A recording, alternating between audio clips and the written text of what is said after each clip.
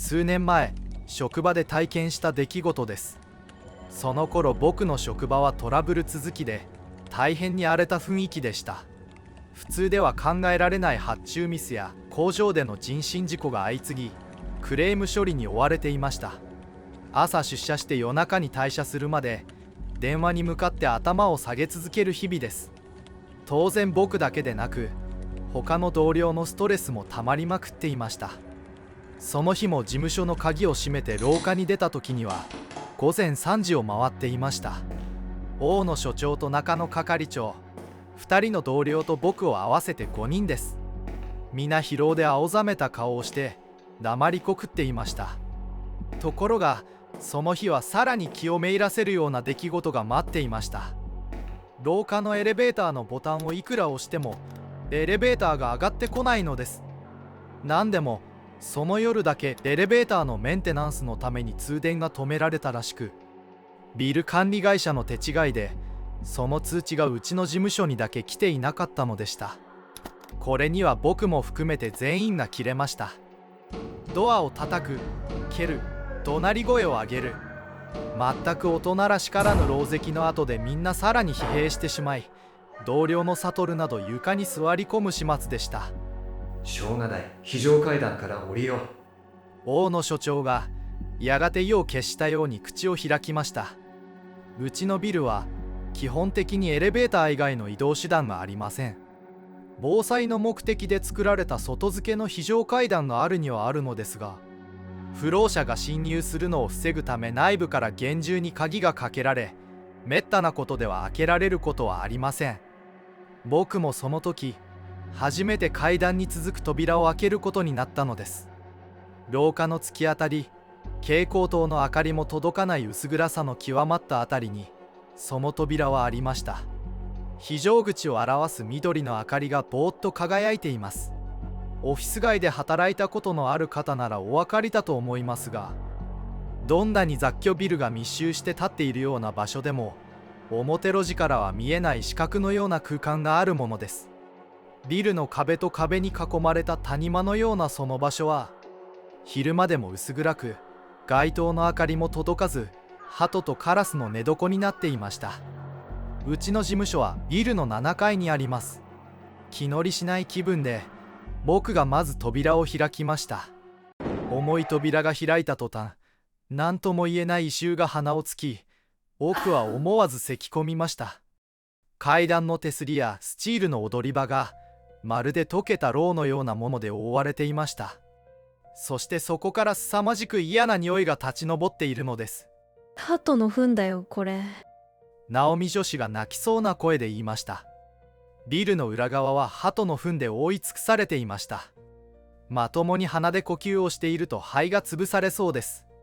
もはや暗闇への恐怖も後回しで、僕はスチールの階段を下り始めました。すぐ数メートル向こうには隣のビルの壁がある、まさに谷間のような場所です。足元が暗いのももちろんですが、手すりが腰のあたりまでの高さしかなく、ものすごく危ない。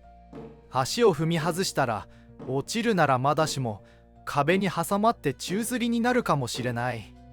振り返って同僚たちを見ると、みんな一様に暗い顔をしていました。こんなついていない時に微笑んでいられるやつなんていないでしょう。自分も同じ顔をしているのかと思うと悲しくなりました。カンカンカン。靴底が金属に当たる乾いた靴音を響かせながら僕たちは階段を下り始めました。僕が先頭になって階段を降りました。すぐ後ろにナオミ女子、悟、大野所長、中野係長の順番です。足元に全く光がないだけにゆっくりした足取りになります。みんな疲れ切って言葉もないまま6階の踊り場を過ぎたあたりでした。突然背後からささやき声が聞こえたのです。うなり声とかうめき声とかそんなものではありません。よく映画館なんかで隣の席の知り合いに話しかける時のような押し殺した小声でボソボソと誰かが喋っている。その時は後ろの誰か、所長と係長あたりが会話しているのかと思いました。ですがどうも様子が変なのです。ささやき声は一方的に続き、僕らが階段を降りている間も止むことがありません。ところがそのささやきに対して誰も返事をする様子がないのです。そしてその声に耳を傾けているうちに、僕はだんだん背筋が寒くなるような感じになりました。この声を僕は知っている。係長や所長や悟の声ではない。でもそれが誰の声か思い出せないのです。その声のまるで念仏を唱えているかのような一定のリズム、ボソボソとした陰気な中年男の声、確かによく知っている相手のような気がする。でもそれは決して夜の3時に暗い非常階段であって楽しい人物でないことは確かです。僕の心臓の鼓動はだんだん速くなってきました。一度だけ足を止めて後ろを振り返りました。すぐ後ろにいるナオミ女子がきょとんとした顔をしています。そのすぐ後ろに悟、所長と係長の姿は暗闇に紛れて見えません。再び階段を下り始めた僕は知らないうちに足を速めていました。何度か鳩の糞で足を滑らせ、慌てて手すりにしがみつくという危うい場面もありました。がとてもあの状況でのんびり落ち着いていられるものではありません。5階を過ぎ4階を過ぎました。その辺りで背後から信じられない物音が聞こえてきたのです。笑い声。さっきの人物の声ではありません。さっきまで一緒にいた中野係長の声なのです。超常現象とかそういったものではありません。なのにその笑い声を聞いた途端、まるでバケツで水をかぶったようにどっと背中に汗が噴き出るのを感じました。中野係長はこわ表でなる人物です。すごく弁が立つし切れ者の営業マンでなる人物なのですが、事務所ではいつもブスッとしていて笑った顔なんて見たことがありません。その係長が笑っている、それもすごくニュアンスが伝えにくいのですが、子供が笑っているような無邪気な笑い声なのです。その合間に先ほどの中年男がボソボソと語りかける声が聞こえました。中年男の声は細々として陰気で、とても楽しいことを喋っている雰囲気ではありません。なのにそれに応える係長の声はとても楽しそうなのです。係長の笑い声と中年男のささやき声がその時不意に途切れ、僕は思わず足を止めました。笑いを含んだ中野係長の声が暗闇の中で異様なほどはっきり聞こえました。所長。何？さっきから誰と話してるんだ？所長の声が答えます。そののんきな声に僕ははがみしたいほど悔しい思いをしました。所長は状況を分かっていない。答えてはいけない。振り返ってもいけない。強くそう思ったのです。所長と中野係長は何事かボソボソと話し合い始めました。すぐ後ろで直美女子が苛立って手すりをカンカンと叩くのがやけにはっきりと聞こえました。彼女も苛立っているのでしょう。ですが僕と同じような恐怖を感じている雰囲気はありませんでした。しばらく僕らは階段の真ん中で立ち止まっていました。そして震えながらわずかな時間を過ごした後、僕は一番聞きたくない物音を耳にすることになったのです。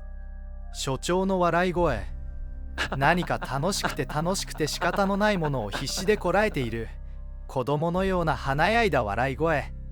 なあ、悟くん。所長の明るい声が響きます。直美さんも武田くんもちょっと。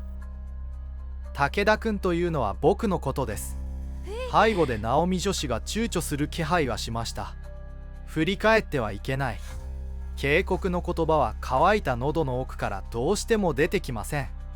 振り返っちゃいけない。振り返っちゃいけない。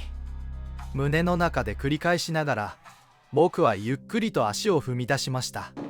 甲高く響く靴音をこれほど恨めしく思ったことはありません。背後で直美女子と悟が何か相談し合っている気配があります。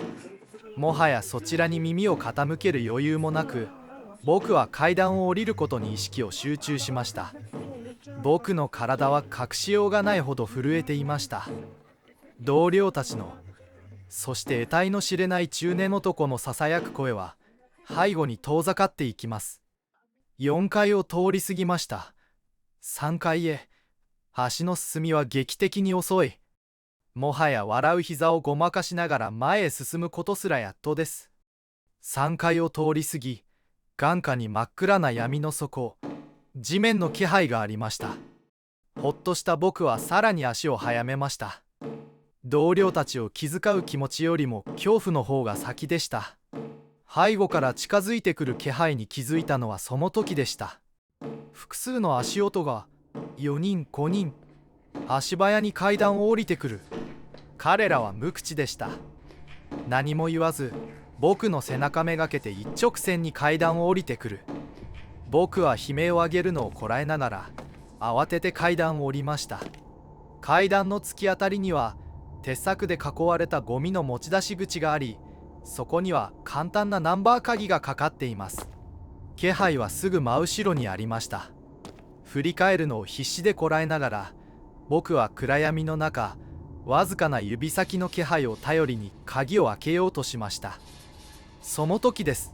背後でかすかな空気の流れを感じました。何の音だろう。必死で指先だけで鍵を開けようとしながら、僕は音の正体を頭の中で探りました。とても背後を振り返る度胸はありませんでした。空気がかすかに流れる音、呼吸、背後で何人かの人間が一斉に息を吸い込んだ。そして次の瞬間、僕のすぐ耳の後ろで同僚たちが一斉に息を吐き出しました。思いっきり明るい声とともに、なあ武田、こっち向けよ。いいもんあるから。楽しいわよね、武田くん。これがね。武田君、武田君、武田君、武田君。なあ、悪いこと言わんて、こっち向いてみ。楽しい。ねえ、これほら。悲鳴をこらえるのがやっとでした。声はどれもこれも耳たぶの後ろ数センチのところから聞こえてきます。なのに誰も僕の体には触ろうとしないのです。ただ言葉だけで、圧倒的に明るい楽しそうな声だけで必死で僕を振り向かせようとするのです。悲鳴が聞こえました。誰が叫んでいるのかとよく耳を澄ませば、僕が叫んでいるのです。背後の声はだんだんと競争的になってきて、ほとんど意味のない笑い声だけです。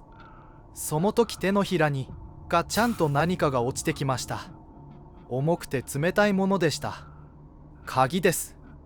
僕は知らないうちに鍵を開けていたのでした。嬉しいよりも先に鳥肌の立つような気分でした。やっと出られる。闇の中に手を伸ばし、鉄格子を押します。ここをくぐれば、ほんの数メートル歩くだけで表の道に出られる。一歩、足を踏み出したその時、背後の笑い声がピタリと止まりました。